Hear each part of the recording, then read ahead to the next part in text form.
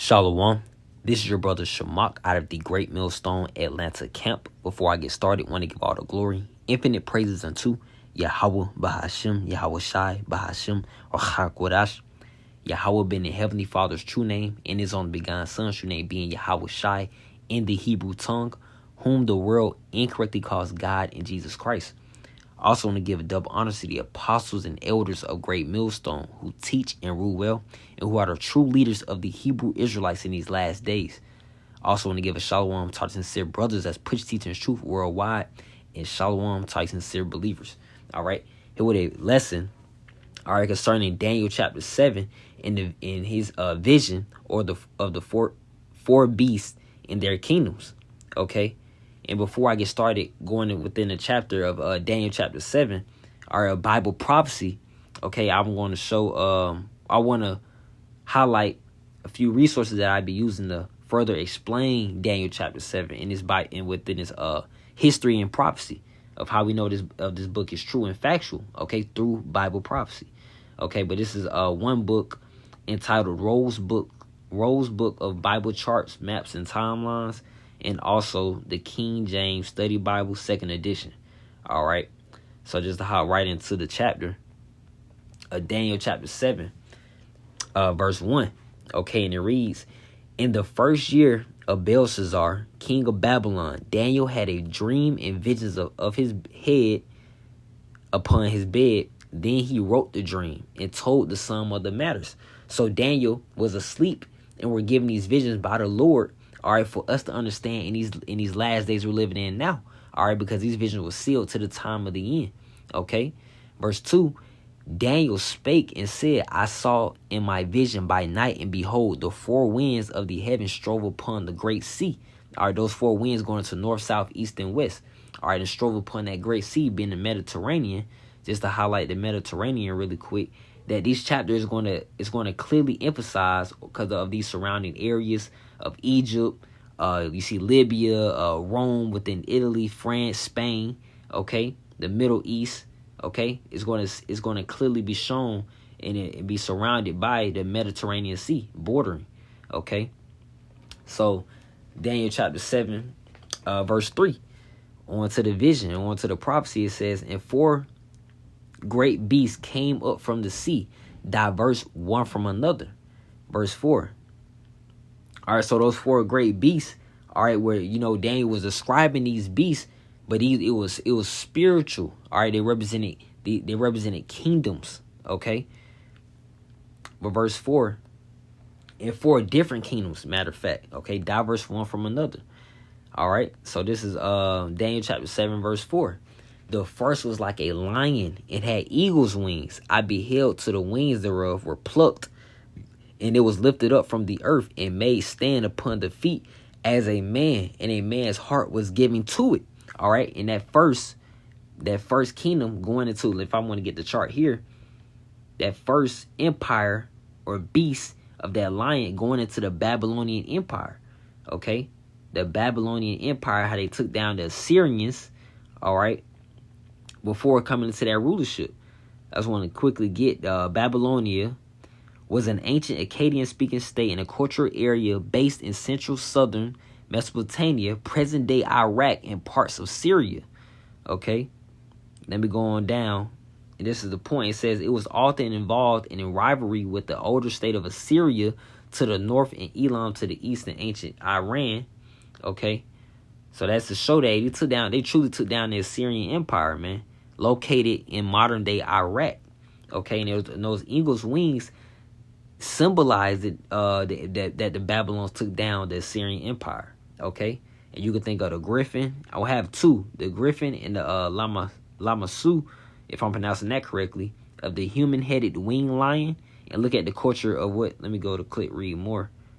Let me go on down. Look at the this should bring it home. The period Neo-Assyrian.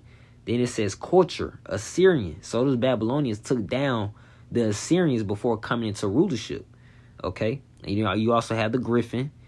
It says it was a legendary creature with the body, tail, and back legs of a lion, the head and the wings of an eagle.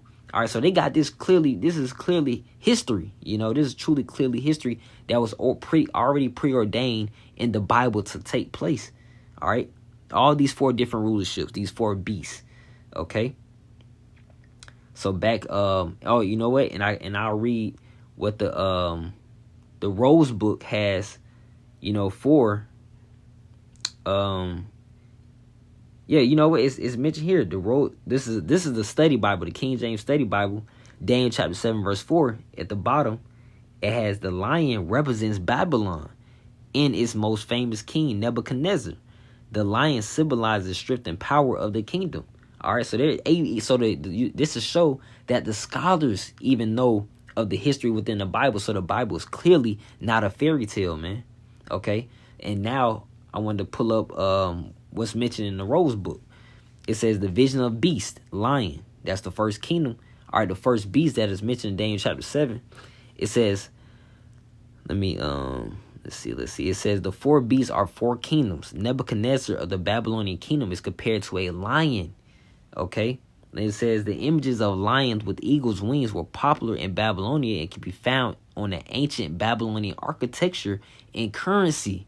All right. So that's historical icons, man. Okay. It can be found on ancient Babylonian architecture and currency that they took down the Assyrian Empire, man. It's like them glorifying themselves. Okay. So continuing on, well, I read verse 4 one more time. The first was like a lion, that Babylonian Empire, and had eagle's wings.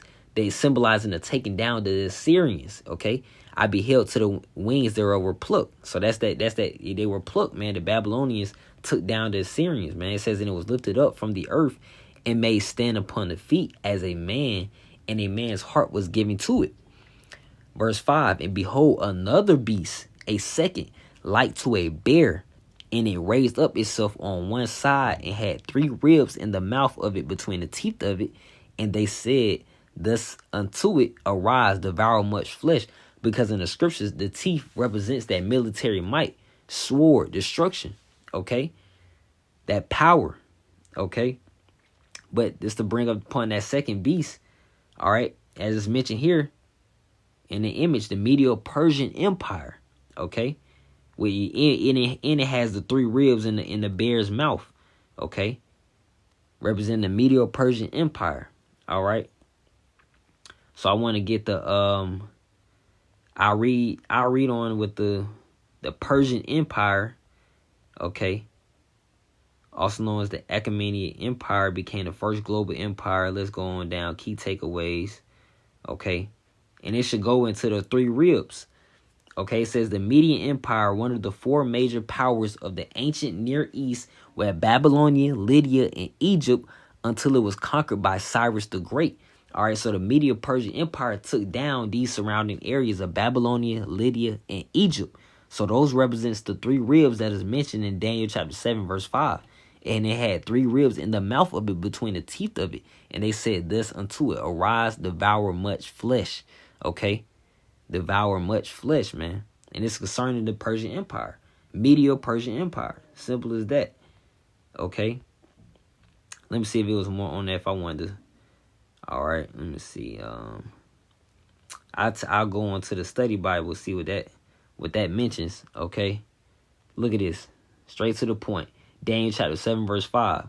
The bear is a picture of Medial Persia, the empire that succeeded Babylon as the world power.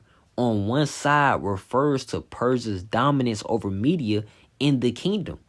The 3 ribs, they even have it, they have it correct too. It says the 3 ribs probably indicate 3 nations conquered by Medial Persia and their ascendancy: Babylon, Lydia, and Egypt.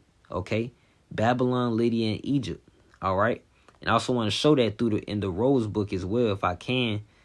All right, they even have it correct here. It says they had 3 ribs in his mouth, which may have illustrated the 3 major empires Persia conquered: Babylon, Egypt, and Lydia. Okay, it says the bear was commanded to devour much flesh, which may have been reference to Persia's military expansion throughout the ancient world. Okay, if I'm not mistaken, I should have I wish I had the picture up. Yeah, I wish I had the picture up of the surrounding areas. Okay. But, you know, it's fine. Okay. Those surrounding areas being Babylon, Lydia, and Egypt. All right.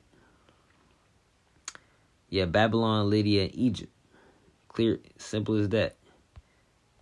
Let me make sure. All right. So let's reread Daniel chapter 7, verse 5. And it beheld another beast, a second like to a bear, and it raised up itself on one side and had 3 ribs in the mouth of it, between the teeth of it. So it was raised up on one side, symbolizing that the Persians is more mightier than the Medes. All right. Okay, one side was more advanced, as it just mentioned in the Rose Book and also mentioned in the Study Bible. Okay, Persia held that dominance. Okay, so it was raised up on that one side, and it had 3 ribs in the mouth of it, between the teeth of it. Those surrounding areas of Babylon, Lydia, and Egypt. Okay, and it says, and they said, thus unto it rise, devour much flesh. Okay, so going on down to verse 6. It says, after this, so Daniel chapter 7, verse 6. After this I beheld, and lo, another, like a leopard, which had upon the back of it 4 wings of a fowl. The beast had also 4 heads, and dominion was given to it. All right, so the third beast, going referencing back to the image, Greece. Okay. All right, with Alexander the Great, man. So Greece succeeding the Medial Persian Empire. And I also want to grab Alexander the Great. All right, let me see. It says Alexander the Great, the third of Macedonian, it says, was a king of Macedon, Salakia, was a king of the ancient Greek kingdom of Macedon. It says he succeeded his father Philip II to the throne in 336 BC at the age of 20, and spent most of his ruling years conducting a lengthy military campaign throughout Western Asia and Northeastern Africa. All right, and I also want to get what is Alexander the Great known for?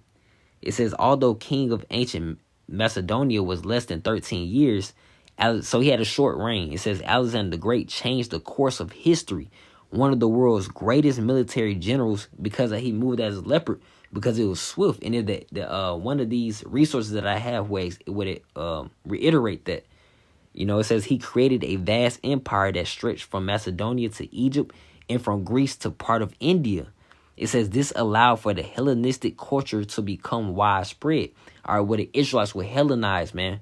All right, we were enticed to be taken away from our laws, statutes, commandments that were mentioned in the Holy Bible, only given to the Israelites. Our covenant between the Israelites and Yahweh B'Ashem Yahushai. We were Hellenized, man, which made us Gentiles. Okay. So let me also grab what's mentioned here in Daniel chapter 7 of the leopard, of the rose. This is from the Rose Book, okay, of the Bible charts and timelines. It says Daniel's vision of the leopard with 4 heads and the 4 wings may represent the kingdom of Greece. The 4 wings may illustrate the speed of Alexander the Great's conquest. So he did this is a quick. He did it swiftly. You know, that's what made this Alexander so great. You know, he did it swiftly. All right. So let me read Daniel chapter 7 verse 6 one more time. And it says, after this I beheld, and lo, another like a leopard, which had upon the back of it 4 wings of a fowl. The beast had also 4 heads, and dominion was given to it. All right. So now, just to reiterate those 4 heads. All right. I want to touch on the Alexander. It's going to explain it. It should explain it. It says the Hellenistic world, the world of Alexander the Great. Yep, this is it. He had 4 heads. It's going to go into the 4 generals of Alexander the Great. It says, after Alexander's death, his empire was divided among his 4 generals. Okay. Those 4 generals, as is listed here, Lysimachus, Cassander, Ptolemy I, and Seleucus I Nicator. Lysimachus, who took Thrace and much of Asia Minor. Cassander controlled Macedonia and Greece. Ptolemy I ruled Egypt, Palestine, Cilicia, Petra, and Cyprus. Okay, and Seleucus I Nicator ruled the remainder of Asia, and founded the Seleucid Empire. Okay, which was comprised of Mesopotamia, the Levant, Persia, and part of India. All right, so after the death of Alexander the Great, the rulership was clearly divided between these four generals of Alexander the Great: Lysimachus, Cassander, Ptolemy I, and Seleucus. All right, and this is mentioned also in Daniel chapter 11 of the king of the south with Ptolemy ruling Egypt, king of the north with the Seleucid Empire. All right, then you also had the king of the east, Cassander, and the king of the west, Lysimachus. Concerning their four different locations, man. Okay. So just to reread Daniel chapter 7. You know what? And I can double check to see. Let me see what the study Bible has on verse 6. Let's see. It says Daniel chapter 7 verse 6. It says the leopard depicts Greece. Though naturally a swift animal, this leopard had 4 wings.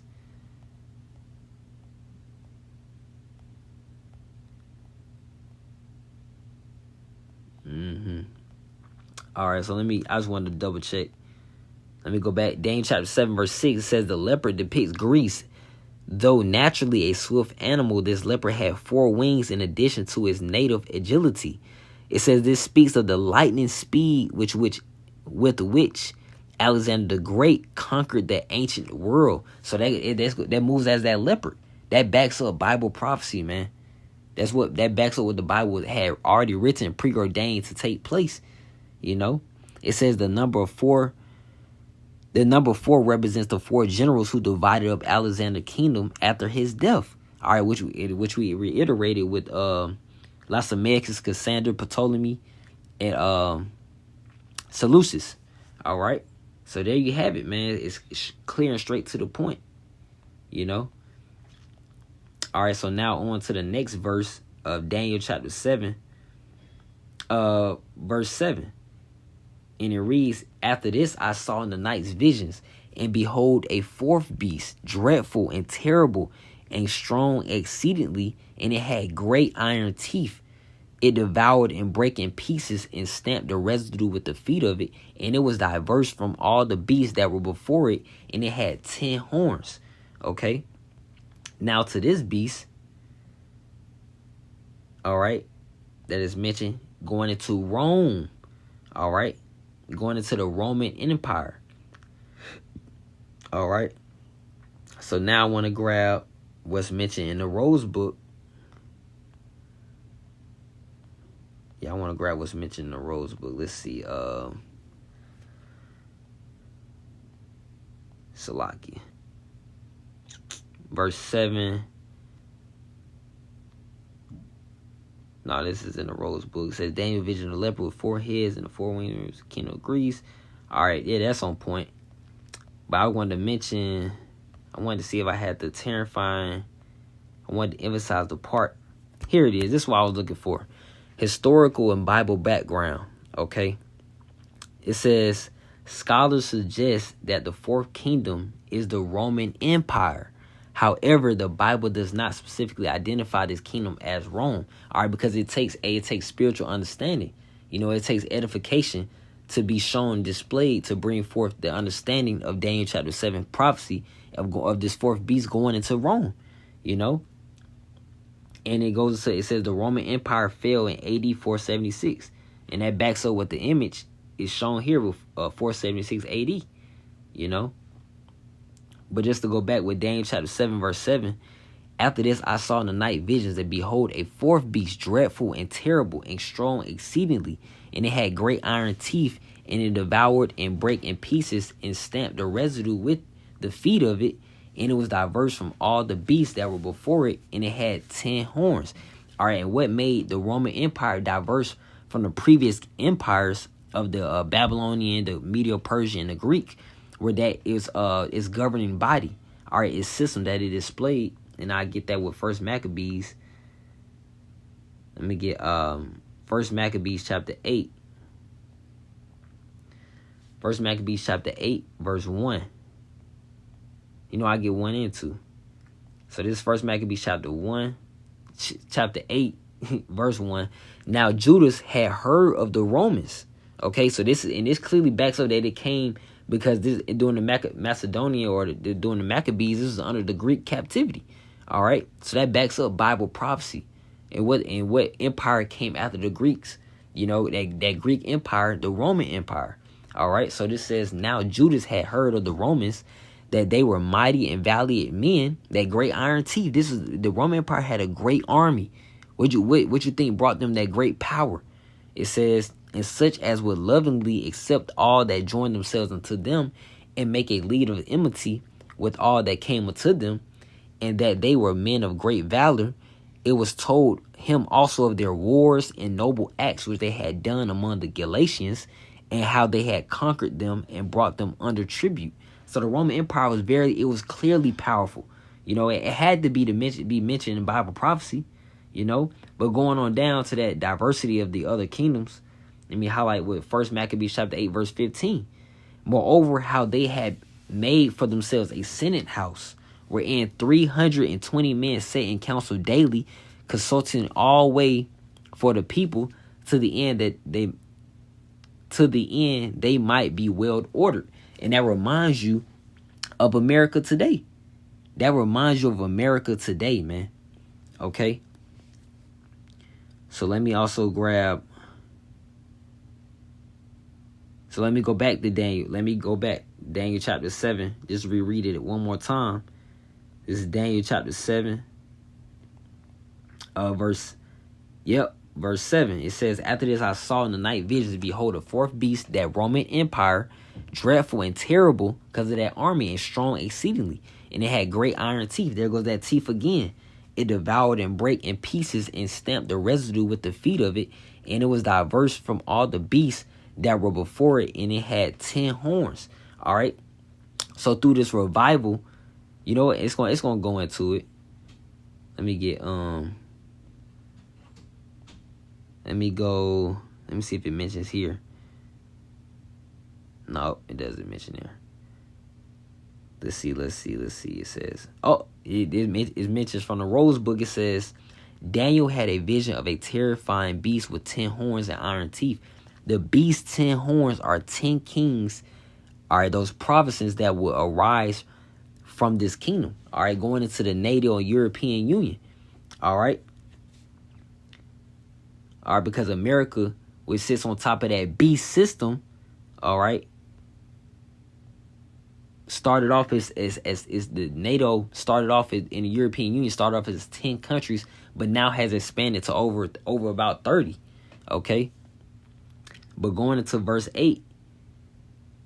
Going into verse 8, it reads, I considered the horns, and behold, there came up among them another little horn, before whom there were 3 of the first horns plucked up by the roots. And behold, in this horn were eyes like the eyes of man, and a mouth speaking great things. All right. So this shows you that this is, it's going into kingdoms. All right. So that first, it says, I considered the horns, and behold, there came up among them another little horn, going into America, the establishment of America, before whom there were 3 of the first horns plucked up by the roots. So before America was established, all right, they plucked up, just as the Medial Persian plucked up the areas, the surrounding areas of Babylon, Egypt, and Lydia. All right, America did the same concerning the 3 wars. All right, against the Spanish, the French, and the British.